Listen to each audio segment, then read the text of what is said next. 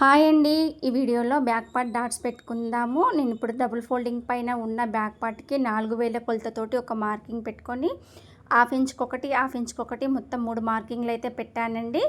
పెట్టిన తర్వాత కచకాలు అయితే పెట్టేసుకున్నాను. చూడండి, మిడిల్ కచక పెట్టుకున్న దగ్గర ఈ విధంగా నేను కుట్టుకుంటున్నాను స్ట్రేట్గా. ఎందుకంటే ఇక్కడ ఇది సన్న క్లాత్ కదండి, లైనింగ్ విడిపోతుంది మెయిన్ ఫ్యాబ్రిక్ నుండి. ఈ విధంగా కుట్టుకున్నామంటే కరెక్ట్గా సమానంగా డాట్ అయితే వచ్చేస్తుంది. ఫినిషింగ్ కూడా చాలా నీట్గా ఉంటుందండి, ఫిట్టింగ్ బాగా వస్తుంది. ఒకసారి మీరు ఈ మెథడ్ ట్రై చేయండి. 2 డాట్స్ పెట్టుకున్నాము కచకాలు పెట్టుకున్న చోట. ఇది ఇప్పుడు విప్ బెల్ట్ అండి, దీనికి ఒక సైడ్ అంచు వచ్చింది. ఈ విధంగా అంచు వచ్చిన చోట కాకుండా అంచు లేకుండా ఉన్న చోట నుండి నేను జాయింట్ అయితే చేస్తున్నాను. పావించు ఖర్చు మందం, పాదం ఖర్చు మందంతో అయితే వేసుకున్న తర్వాత మళ్ళీ ఇంకొకసారి ఈ లైనింగ్ పీస్ని తిరగదిప్పుకొని లైనింగ్ పైన పడేటట్టు మాత్రమే ఇంకొక కుట్టు అనేది వేసుకోవాలి. ఈ ఎక్స్ట్రా పీస్